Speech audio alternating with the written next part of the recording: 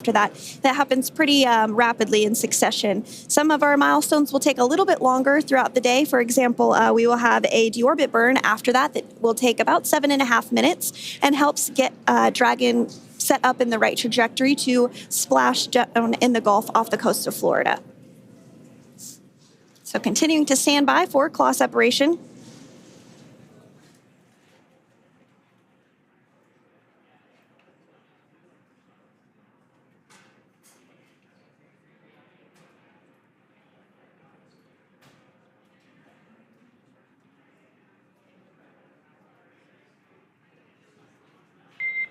Nominal trunk jettison. All right. Great news there. That trunk has been jettisoned from the Dragon capsule.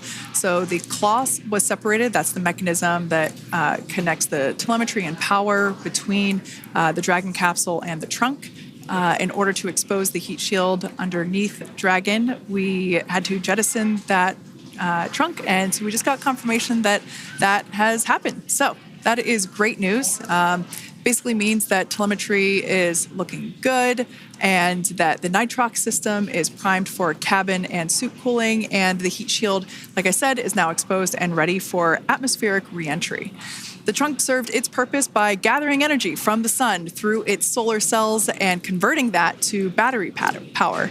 Since we separated the trunk, we can't generate any more new power, but we really don't need to since we're coming home and Dragon has enough battery power already stored. Now up next, the final steps that Dragon will perform prior to reentry: the slew or the maneuver to deorbit burn attitude, and then the deorbit burn itself. This deorbit burn is the last time that the forward Dracos, which are the 4 thrusters located on top of the spacecraft under the nose cone, it's the last time that they will ignite. The deorbit burn will place Dragon on a precise trajectory to return to the splashdown zone off the coast of Florida, off the coast of Tallahassee, Florida, and that will last about 7.5 minutes once it starts. And so deorbit burn is targeted for 2:11 p.m. Central Time, so about 2 minutes from now. As we mentioned, it's going to last about 7.5 minutes, again, helping to get Dragon into the precise trajectory to ensure that splashdown occurs in the area that was calculated and where the recovery team is already in place, ready to support splashdown operations today. The recovery vessel Megan is the ship that is going to be utilized today, and we also have what is called fast boats that go out first to check the spacecraft and make sure everything is looking good before the recovery vessel Megan approaches. So that whole recovery process takes about an hour, I would say, from the time the crew splashes down to the time they're on the boat and the crew gets out of the capsule, and we'll continue to bring you live coverage through every step of the way today as CREW-9 returns home. Indeed. Now, let's take a little bit of a closer look at Dragon.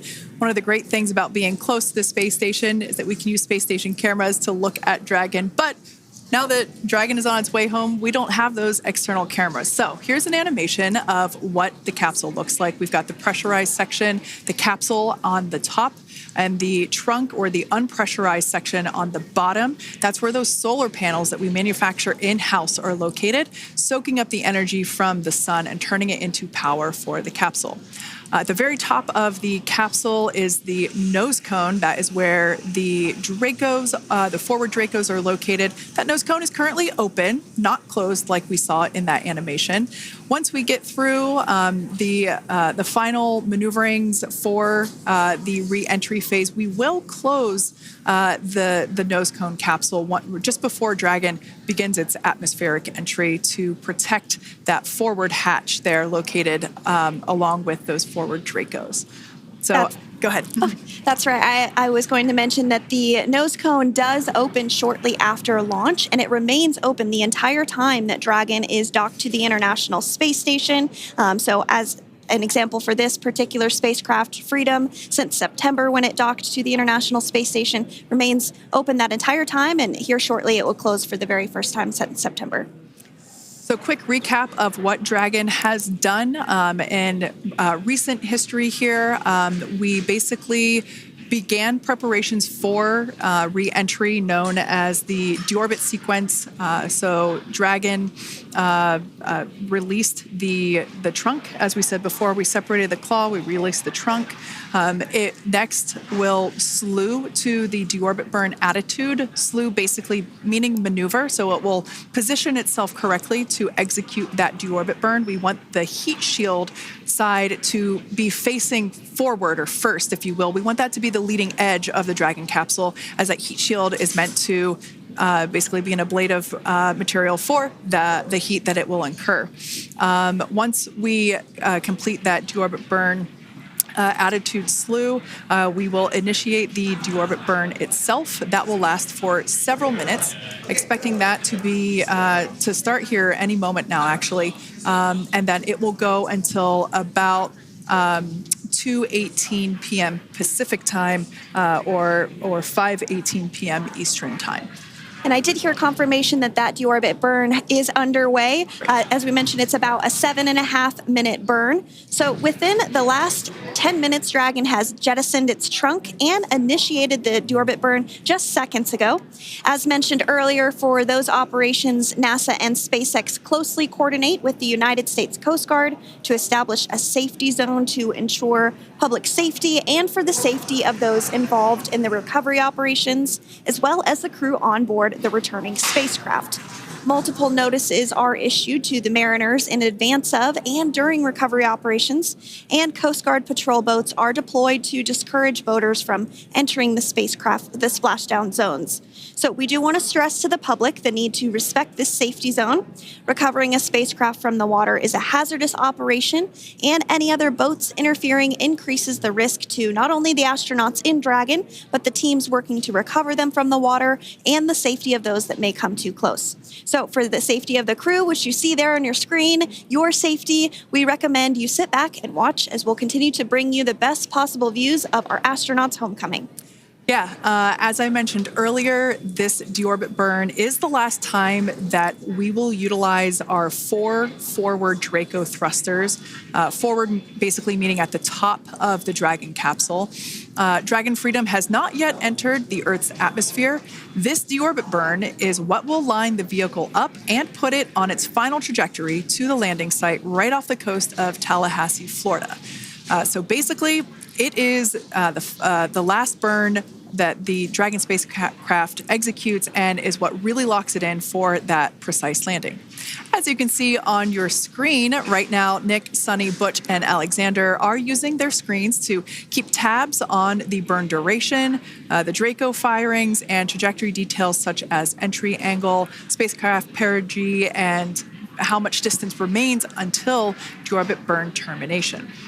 As I mentioned earlier, Dragon is flying itself. So all the crew has to do is stay strapped into their seats and keep tabs on things. Although I must say, if I had one of those window seats, it would be pretty difficult to restrain myself. Now, with Nick, Sunny, Butch, and Alexander ready to deorbit and splash down back on Earth, they will be heading to one of 8 targeted sites supported by SpaceX and NASA. All of these sites are located off the coast of Florida, either in the Gulf of America or the Atlantic Ocean. Spreading the supported sites across multiple locations helps maximize the return opportunities for this mission and future crews, lowering the chance that we'll have to wave off due to bad weather.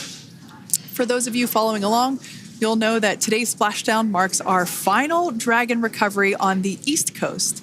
After 6 great years of successful recovery operations off the East Coast, we'll be moving all Dragon recovery operations back to the West Coast. And as always, NASA and SpaceX jointly select our splashdown location. And for today, the prime recovery site is off the coast of Tallahassee, Florida. The selection process works with a lot of different variables, including the space station's orbital trajectory or path that it follows, what landing sites are available and have favorable weather, how much free flight capability Dragon has for the trip home, and the sleep schedules for the returning crew members, as well as, of course, the big one, the weather. We'll start with calculating daily return options based off of the space station's current orbit and Dragon's capabilities to maneuver and line up for re-entry. The time from undock to landing at the primary site can vary from less than 6 hours to more than 39. Getting home the quickest comes with some obvious benefits, but we always have to make sure the crew is properly rested for dynamic operations, preventing us from scheduling 20-plus hour days for them, of course. Trajectory and ballistic experts provide the daily opportunities that would line up Dragon with the 7 landing zones and split them into what we call ascending and descending opportunities.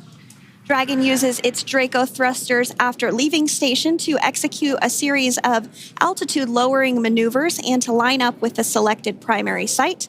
It can also change to different alternative sites while in a free flight if sudden weather moves in that we may need to avoid. So, as we mentioned, weather is something we're constantly looking at, making the final call to proceed about 2.5 hours before the crew undocks. So for the CREW-9 return, we looked at a number of weather items. Some of the obvious ones are no rain or a chance of lightning in the recovery zone, both for the safety of the crew inside Dragon and the recovery teams in the water. And we're also looking for wind speeds to be less than 15 feet per second or about 10 miles per hour, and relatively calm seas so that we can safely execute recovery operations, which includes landing a helicopter on the recovery ship to fly Nick, Sunny, Butch, and Alexander back to Florida. Once Dragon began flying today, we had a number of additional checkpoints to either proceed towards the primary site, head to the alternate, or select a new zone based on real-time weather data. These checks happened all the way up until we were in the final hours before the deorbit burn, which has just about a minute or so left in it. And this is the last burn in the trip home that commits Dragon to re-entering the Earth's atmosphere. Now, we are currently waiting to conclude the deorbit burn. We've got less than a minute until that finishes. We will expect to hear a call out for nominal burn, which will confirm completion of that deorbit burn for Dragon Freedom. We can see images there from the touchscreen display panels that the crew utilizes in flight. We can see the visualization of exactly which one of the 4 forward Draco thrusters are firing.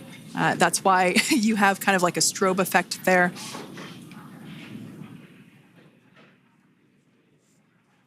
And if you're just joining us, you are looking at live views of the Dragon Freedom. On your left is Commander of CREW-9, Nick Hague. To his right is Roscosmos cosmonaut Alexander Grebenkin. And also in Gorbanov, that is Alexander Gorbanov. And then also in the capsule today is NASA astronauts Sunny Williams and Butch Wilmore. We are awaiting confirmation that their deorbit burn is complete, which is the last burn that's going to help set them up on a trajectory to splash down off the coast of Florida. Deorbit burn complete. Performance nominal. Nose cone closure initiated. Freedom copies. All right, excellent news there. We heard the words we were looking for, nominal burn. So that means that deorbit burn was successful and nominal, meaning as expected. And we're now beginning to close the nose cone in preparation for atmospheric reentry. So in the background, Dragon is currently inhibiting those forward bulkhead Draco thrusters that we just used to complete the deorbit burn, ensuring it's safe to latch the nose cone shut for reentry. Also, the vehicle has initiated the nitrox suit purge, which will help keep Nick, Sunny, Butch, and Alexander cool and comfortable during reentry, which is coming up in about 20 minutes from now. At this point, the nose cone is closing and protecting the forward hatch for reentry, and the crew are using their screens to continue to monitor the locking of the nose cone, which is done by a set of hooks. And as we mentioned earlier, that nose cone has remained open since September, so this is the first time it's closing in a few months. Yeah, that's absolutely right. Now, we will be expecting, as I mentioned before, an entry brief from SpaceX Core. Again, that's the crew operations resource engineer who is seated in that room that you see there on your screen. That entry brief will provide updated times for anticipated splashdown as well as the loss of signal or period of LOS. That briefing will also give us information such as wind speed and wave height at the expected splashdown location. But all in all, everything has been great today. All events have been executed on time as expected, and we are looking forward to a splashdown of the CREW-9 crew at about 5:57 p.m. Eastern Time or 2:57 p.m. Pacific Time. Between now and then, things are going to start moving quite quickly. In fact, if anything, this will have seemed like the slower part of the reentry phase. We're going to go through, like I said, that period of loss of signal, or LOS. That period is a few minutes long where we are unable to communicate or command the capsule due to the plasma that builds up on the exterior of the capsule. That period, like I said, lasts for a couple minutes. You will start to hear SpaceX Core hail the CREW-9 crew a little bit earlier than expected, because we, in the past, have actually regained communications a couple minutes earlier than initially anticipated. So we'll go through that period of loss of signal, that entry period, that specifically when the Dragon spacecraft is re-entering through the atmosphere. Approximately at about 18,000 feet, when the capsule is traveling at 350 miles per hour, we will see our first views of parachutes for the day. It's one of my favorite moments of return sequences, is when we get to see the drogue parachutes. We'll see the drogues come out. Those drogues will help slow the vehicle down to about 119 miles per hour. And then that is when the main parachutes will come out from the Dragon spacecraft, and then ultimately end in splashdown. And we are hearing confirmation that the nose cone is closed and everything was nominal or as expected with that closure. So as we begin the second half of entry, Dragon is now beginning to inject cooled nitrox into the air being delivered to the spacesuits worn by Nick, Sunny, Butch, and Alexander. Again, this is what will allow the crew to remain comfortable while external temperatures reach 3,500 degrees Fahrenheit as they re-enter the Earth's atmosphere. So the heat shield is pointing forward, leading Dragon to the landing site. Yeah. Now, speaking of the heat shield, Dragon's primary heat shield is comprised of PICA 3.0, which stands for Phenolic Impregnated Carbon Ablator. The first-gen PICA was initially developed by NASA for studying and sampling comets within our solar system. SpaceX partnered with NASA to develop PICA-X, which was the second-generation product used on all Dragon 1 cargo resupply service missions that resupplied the International Space Station on 20 missions. PICA 3.0 was developed specifically for use on Dragon 2 crew and cargo, with enhanced structural and thermal capabilities that allowed the heat shield to be even more effective in the way that it utilized the ability to make that heat ablevate as it goes through the Earth's atmosphere.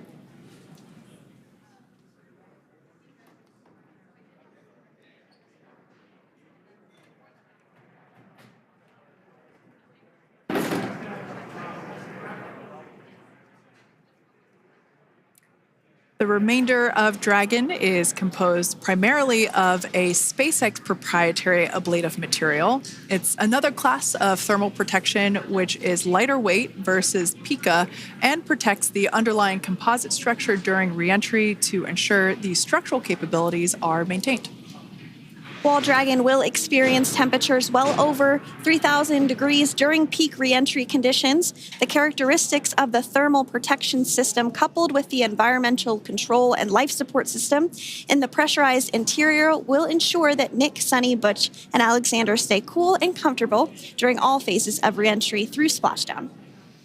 Now, if you've just recently joined us, we hope to regain views of our crew members inside Dragon Freedom. But we don't have those available at the moment due to ground station coverage. So we will bring those back to you as soon as we can. Now, after Dragon Freedom has re-entered the Earth's atmosphere, a series of parachutes will deploy to slow the crew's descent. First will be the 2 drogue parachutes, followed by the 4 main parachutes, and those will guide Dragon to its first contact with Earth since it launched back in September. Dragon will automatically deploy these parachutes when different pressure and positioning sensors on the spacecraft detect that they're at the right speed and altitude. Vehicle velocity at drogue deploy is approximately 350 miles per hour, and they deploy at about 18,000 feet. Now, when the vehicle velocity at main deploy is approximately 119 miles per hour, and they deploy at about 6,500 feet.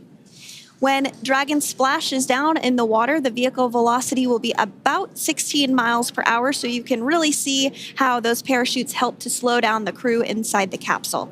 The highest G-load the crew is expected to experience today is about 3 to 5 Gs. Yeah, when you think about really fun roller coasters, they're about in that range. So I'm sure that our crew on board will be well equipped to experience those Gs. It's nothing for them. They go through much more intense training. And so we are continuing to make our way through a number of milestones today. We did have trunk separation. Freedom, SpaceX. Nose cone is secure for entry. Freedom copies.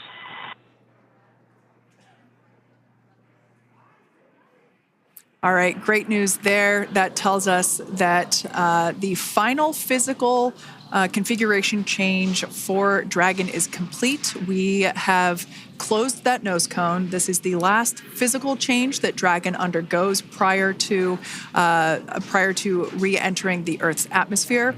It's important that that nose cone is completely closed because underneath it is not only where the 4 forward Draco thrusters are located, but it's also because that is where the forward hatch is located. That is the hatch that is utilized for the crew to ingress and egress from the station while it is docked on board. And since our capsules are flight proven and we reuse them on future space flights, we want to make sure that all of the integrity of that hardware remains intact. So that nose cone is successfully closed, and we're going to start moving pretty quickly here. As I mentioned before, we'll go through loss of signal. We'll get that signal back several minutes later, and then we'll see the parachute action. Yep, and then that's all ahead of splashdown off the coast of Florida. We're targeting Tallahassee as our splashdown zone today at 2:57 p.m. Pacific time this afternoon. Now, you did mention the call to the crew. They'll do some additional calculations following that burn and potentially let us know if that splashdown time has changed at all. But right now, we are continuing to target 2:57 p.m. And you can see there on your screen a path of where Dragon will be re-entering today. So if you are in the southern tip of Mexico, you might have the opportunity to see Dragon. Because it's a daytime splashdown, you probably won't have too great of views, but potentially you'll have the opportunity to get a glimpse of it there. Once again, Dragon operators, they're monitoring the progress of Dragon through this re-entry phase. That is SpaceX Mission Control, located here in Hawthorne, California. That is also where the crew operations and resource engineer is seated. That person is the voice that we have heard multiple times and will continue to hear as the primary point of contact to the crew on board Dragon Freedom. We will also hear the voice of Commander Nick Hague. Basically, after we hear the Corps communicate something, we will hear Nick Hague indicate that they copy, that they heard the message well, some sort of recognition that the message was received. And if you joined us yesterday for our coverage during the undocking, we were communicating through something that's called a big loop. We do that when we're in integrated operations with the International Freedom, SpaceX, for entry sequence. Report when ready to copy.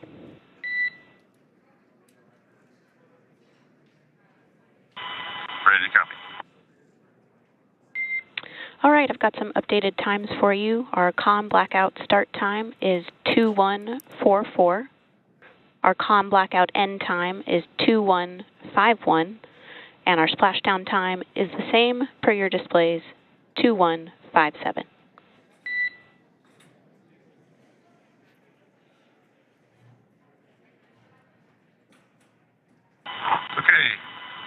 Understand, com blackout, start 2144, stop 2151, splashdown per display. That's a good readback. And with that, please report when tablets are secured behind the elastic bands, restraints are tight, and visors are down.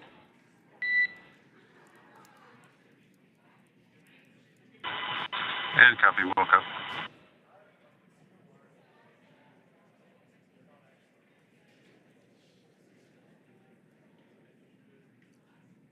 And with that communication from the Corps or Crew Operations Resource Engineer here in Hawthorne to Commander Nick Hague of Crew Dragon Freedom, we did hear that the loss of signal period is still at 2:44 p.m. Pacific, but we had a 1-minute adjustment to the acquisition of signal. That's going to now be at 2:51 p.m. Pacific time. However, our splashdown time remains the same at 2:57 p.m. Pacific time this afternoon off the coast of Tallahassee, Florida.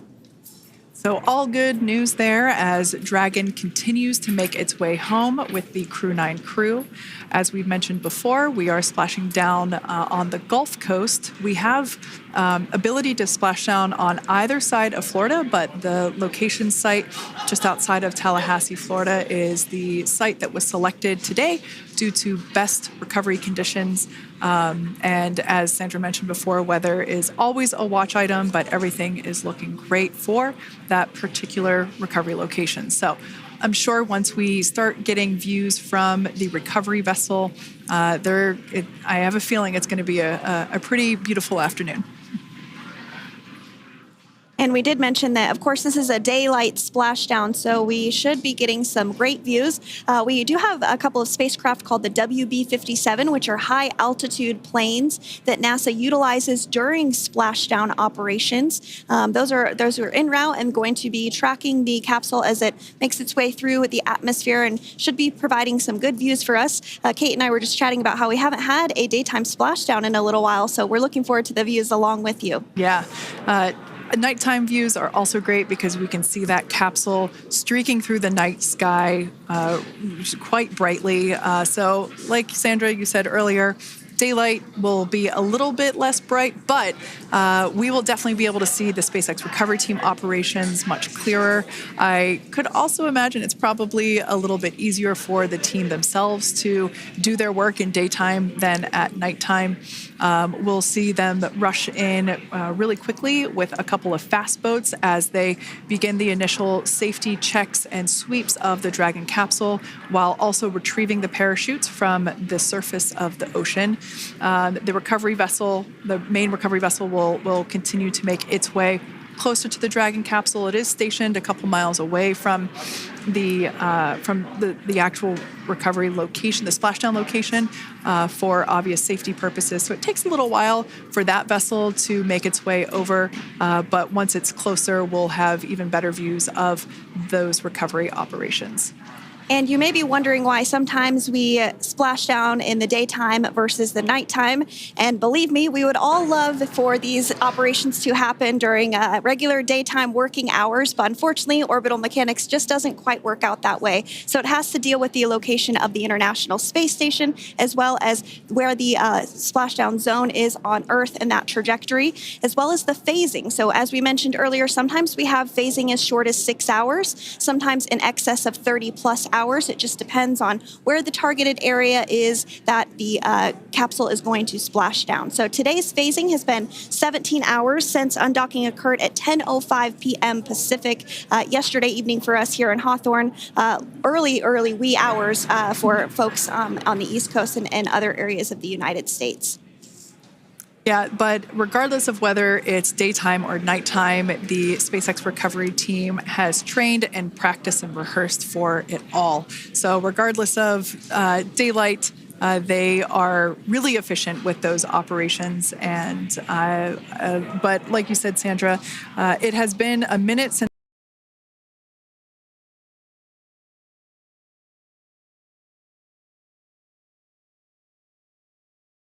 last daytime recovery was on Crew-4, which was the debut flight for the capsule flying today, the spacecraft known as Dragon Freedom. And so, yeah, kind of a fun fact there in terms of the timing of that daylight splashdowns. Once again, standing by for more communication with the crew. The next event that we have coming up is the start of that period known as loss of signal. That is the period still expected at 2:44 p.m. Pacific time. This lasts for several minutes while the capsule is making its way through the Earth's atmosphere. The heat shield located at the bottom of the capsule, really doing all the work at that point in time in terms of using the atmosphere to slow the capsule down from its orbital speeds of 17,500 miles per hour. Our tablets are secure, restraints are tightened, visors down. We are configured for entry.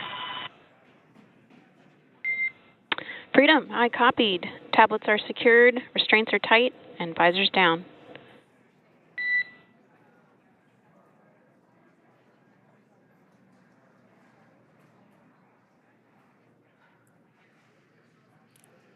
All right, great news there in terms of continuing to make progress. That back and forth communication we heard was just letting Core know that per their instructions, CREW-9 has now put away everything that was necessary in order to begin the re-entry, including those tablets that were located on their legs. Those are now stowed away.